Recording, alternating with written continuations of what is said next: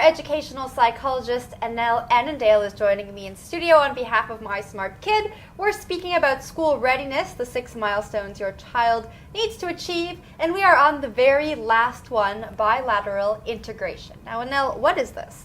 It sounds very complex. Yes. All we really are talking about is your child, if I had to say there's this imaginary sort of line in the middle of your chest, is your child able to cross over that midline, to be able to do things like put on a shoe, draw a horizontal line across a page, those kind of things? Now, when does left-handedness start to assert itself? Okay, left-handedness, you'll usually start seeing handedness at about the age of 3, 4. It starts sort of poking at its head. Yeah. By the age of 5, you'll be able to have a good idea of which hand your child prefers. All right, and what other factors can affect integration?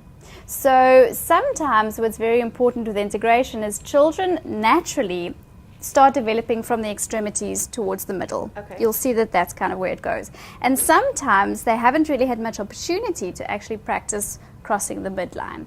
And that is something that parents should encourage from a young age. All right, so this is a question that we think many parents will ask themselves, especially first-time parents. My child inverts all of his letters or does mirror writing. Is this normal? Some of it is, absolutely. I very often get panicked phone calls and saying, my child still reverses the B and the D. They don't know the difference. That's completely normal till about the age of the end of grade 2, I would say. Especially because a lot of those letters look so similar.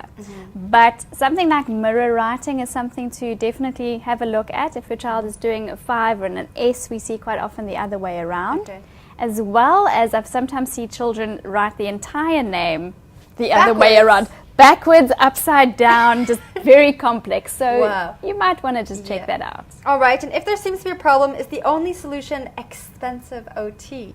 Not necessarily. You know, something like crossing the midline you could do outside. It's very important to use whole body movements to cross that midline. One of the things children quite often enjoy is to take a huge piece of cardboard or butcher's paper, stick it on your wall, and get your child to draw what we call a lazy 8. So just an 8 lying on its side, and you'll see as I do that I cross the midline.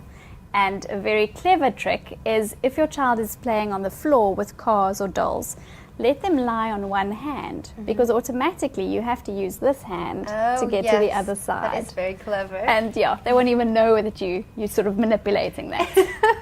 Annelle, thank you for joining me for this series. It's been great, and I'm sure we'll see you back soon. Thank you.